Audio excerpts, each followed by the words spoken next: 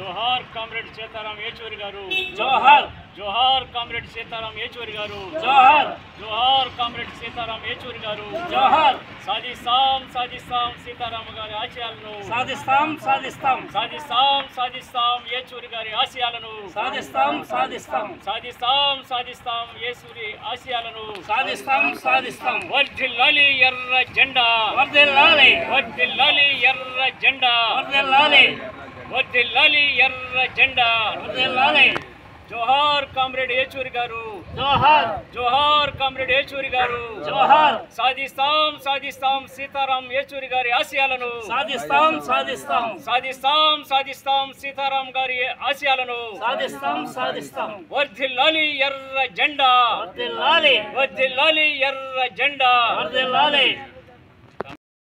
ఆయనకు ఊపిరితిత్తులో వ్యాధితో ఢిల్లీలో ఎయిమ్స్ హాస్పిటల్లో తుది శ్వాస విడిచడం జరిగింది. కాబట్టి దేశంలో ఉండేటటువంటి కమ్యూనిస్టులే కాకుండా సిపిఎం పార్టీ ఎర్ర జెండా వాళ్ళే కాకుండా ఇతర అన్ని రాజకీయ పార్టీలు కార్మిక సంఘాలు అందరూ కూడా ఆయన యొక్క మృతి పట్ల సంతాపం సానుభూతిని వ్యక్తం చేస్తున్నారు.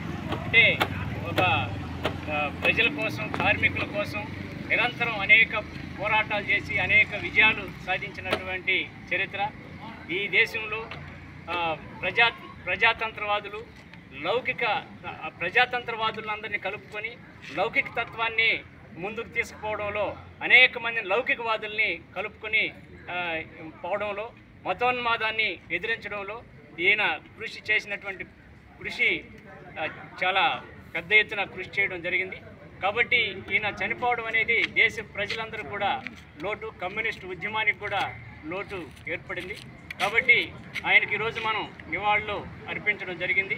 ఈ యొక్క ఏచూరి గారు ఏ ఆశయం కోసం ఏ లక్ష్యం కోసం అయితే పనిచేస్తూ ఉన్నారు ప్రజల కోసం, ఆ లక్ష్యాల్ని ఆ ఆశయాల్ని మనం అంతా కూడా ముందుకు తీసుకెళ్లాల్సినటువంటి అవసరం ఉందని చెప్పేసి తెలియజేస్తూ సెలవు తీసుకుంటాం.